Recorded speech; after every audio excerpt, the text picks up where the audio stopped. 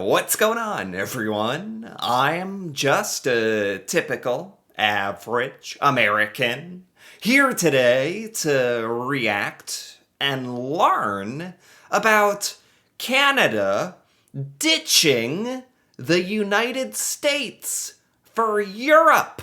I mean, take a look at this news headline here. Canada's Prime Minister Carney makes a statement by choosing Europe, not the United States, for his first foreign trip. And I mean, as an American, this is just genuinely sad to hear stuff like this, but at the same time, I can't say that I'm all that surprised. So it sounds like Canada's new Prime Minister, Carney, is kind of making his rounds now that he's the Prime Minister. He's making appearances, shaking hands, kissing babies, meeting other world leaders, but not the United States, specifically, intentionally. As far as I'm aware, I don't think he's even met with Donald Trump yet. That'd be kind of, oh my, and I understand that'd almost be like strange at this point in a way. Although I I'd love to see more cooperation, especially on our part, of course, the United States part, cooperation and I think I have an article here about this, actually. Yeah. Carney signals he's in no rush to speak with Donald Trump after visiting the UK, France, Europe. No rush to do it. It's like the United States is just getting left behind. It's like we're not in the cool club anymore. I'm joking around about that, but it's like part of that, I think, is kind of true. And if you're talking about like our president, Donald Trump, I would actually think this, in some shape or form, kind of goes against his ego in that sense, where part of him might actually think like, hey, I want to be included. I want to be in the cool kids club. And now Canada, UK, France, Europe is all like getting together and doing stuff, and the United States is just getting sort of left behind. And who can blame you, honestly, given like a lot of the recent events? But I have some video here I want to take a look at. This is Canada's Prime Minister, Carney, in Europe, wanting to start working with, quote, reliable allies. This is like one of the main points, one of the main criticisms it sounds like Canada and really a lot of the rest of the world has against the United States now. We're not seen as reliable or trustworthy or partner or, yeah. So I just want to take a look at this. Canadian Prime Minister Mark Carney met with the leaders of Britain and France on Monday during Wow. his first overseas visit. His decision to visit Paris and London instead of Washington, as is usual for Canadian leaders, comes after Oh. U.S. President Donald Trump escalated trade tensions with both Canada and Europe and floated threats of annexing Canada. Yeah, no kidding. No kidding. Like, what do we expect? What do you expect after doing that? Jeez. Yeah, this sucks, but it makes a lot of sense. I didn't know that traditionally the new Canadian Prime Minister, like, it makes sense, but like specifically comes to the United States maybe as one of like one of their first like stops to if they're going around meeting all of the world leaders. Maybe the United States is one of the first visits, or but to be left out completely really says something about how Canada is feeling towards the United States. And then to go to Europe and start talking about like partnerships, trade, that kind of thing, military discussions, all that stuff really shows that Canada is moving into the future, a future without the United States, really distancing itself from the United States. And as I keep saying, it's like, I can't really blame you for that. Like, it makes a lot of sense. C'est plus important que jamais. It's more important than ever for Canada to reinforce its ties with our reliable allies. Carney met with French President Emmanuel Macron in Paris before heading off to London to meet with King Charles and Oh. British Prime Minister Keir Starmer. Wow, the king. I, Mark Carney. Carney, a former central banker, became the leader of Canada's ruling Liberal Party this month by Right. depicting himself as an outsider with a history of tackling crises. This is a history of tackling crises. This is a crisis.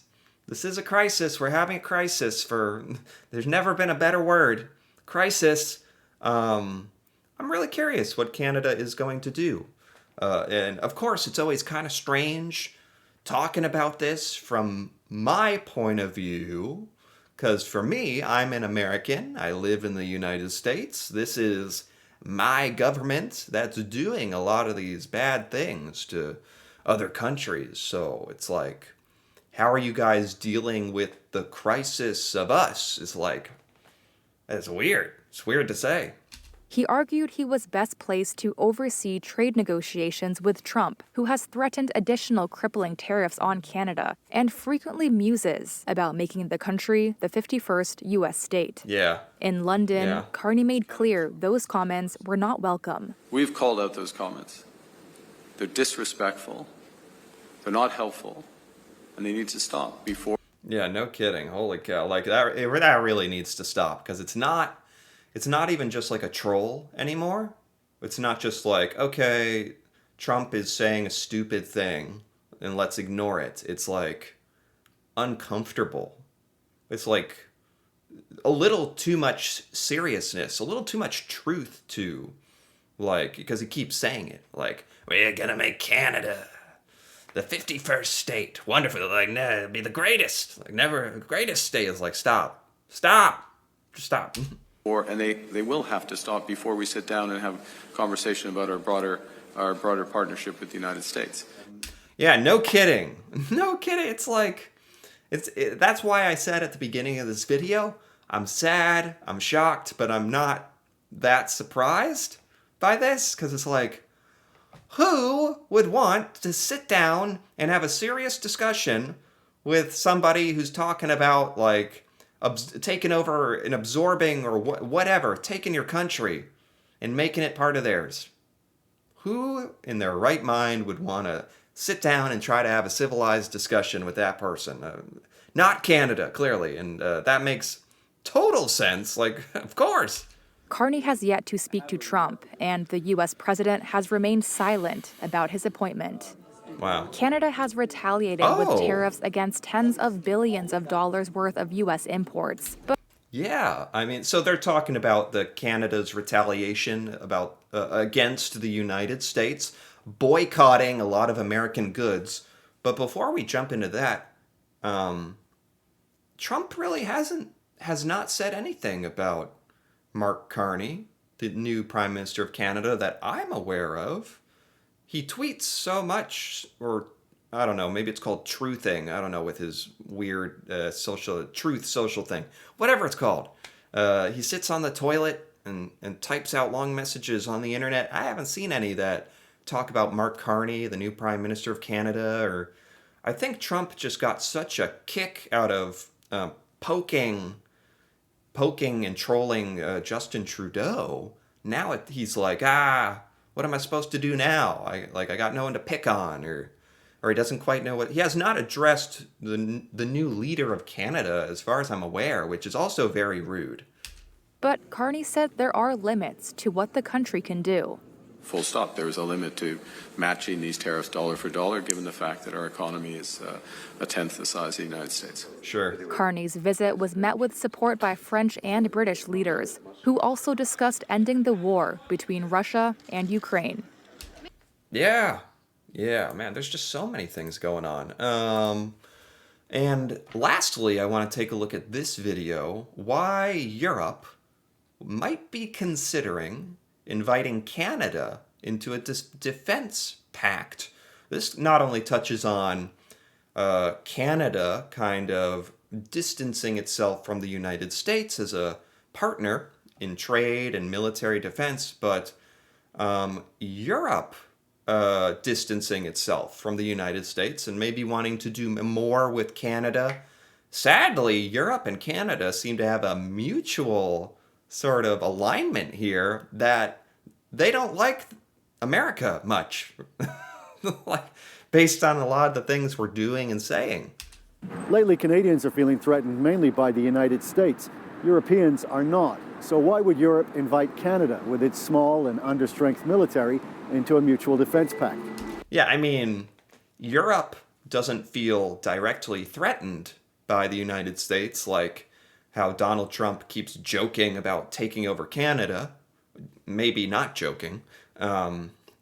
Europe just more has a generalized disdain for Americans now, I think, like just because of, well, I guess a lot of it kind of really kicked off with Donald Trump and Ukrainian President Zelensky and what happened in the White House. He was kicked out of the White House, and Trump and like Elon Musk having a lot of criticism for Ukraine, and really not much criticism at all for Russia, who started a war and killing people. And why not make it make sense? Make any of it make sense? I don't know. None of it does.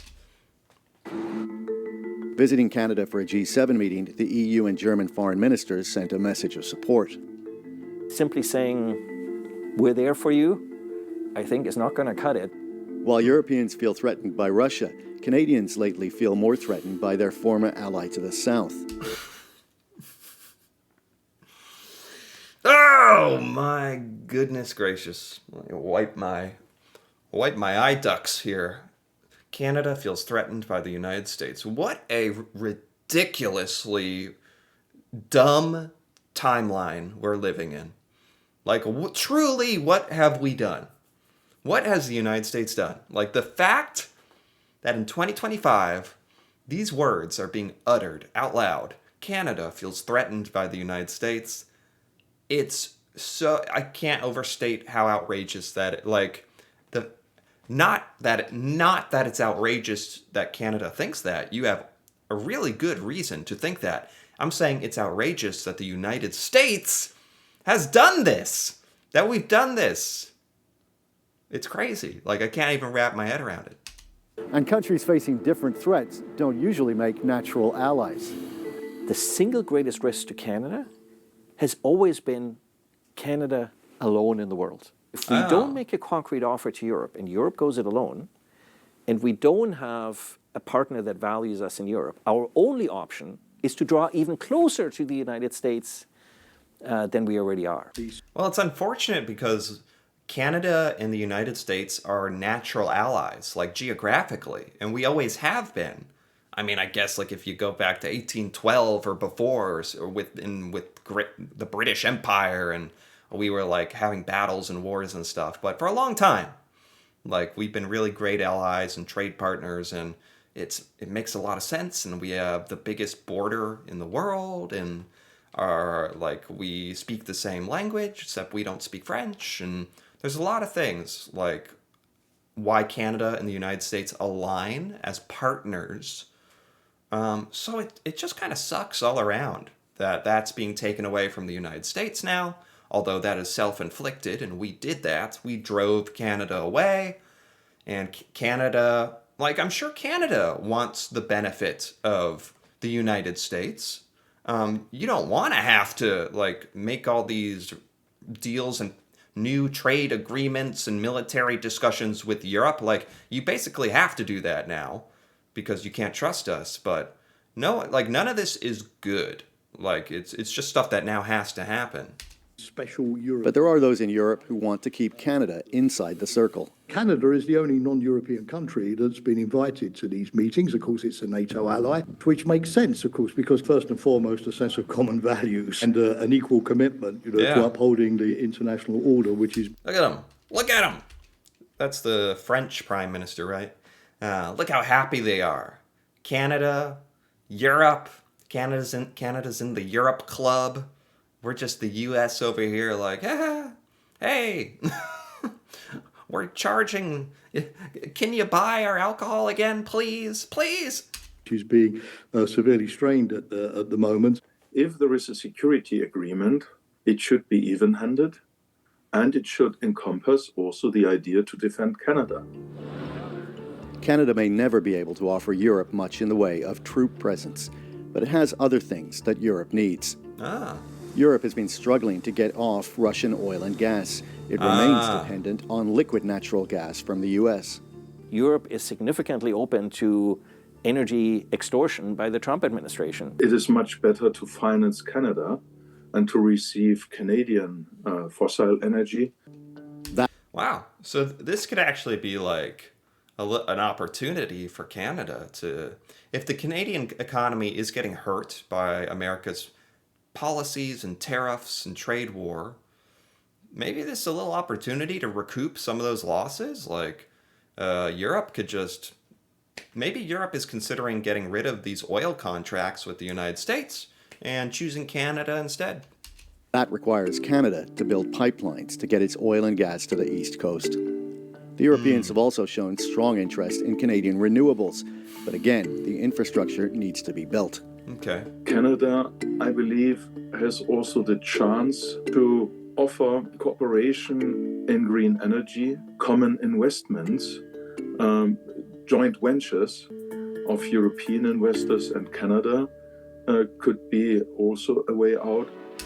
So basically, for a lot of different reasons, Canada and Europe are looking at a lot of different partnerships, and it's also stemming from Canada really wanting to distance itself from the United States, ditch us, because we're just not a reliable, trustworthy trade partner or any kind of partner at this point.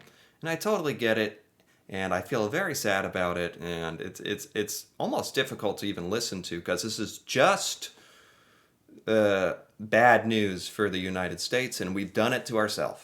So, yeah, but I always enjoy kind of hearing these different headlines. A lot of this is from Canadian news outlets.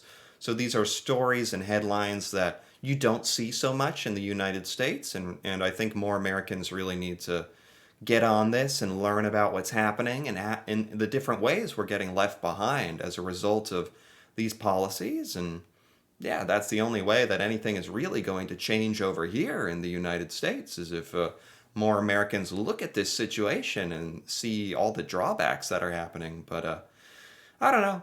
That's neither here nor there. I'm not sure if that's going to happen anytime soon based on the way things are going. But I'm just glad to be, at least myself, more up to date about all this stuff, even if it kind of tortures me. Anyway, if you enjoyed this, feel free to give this video a like or leave a comment with your thoughts on, you know, this idea of Canada leaving the United States behind and doing more partnerships with Europe, kind of just changing the whole dynamic.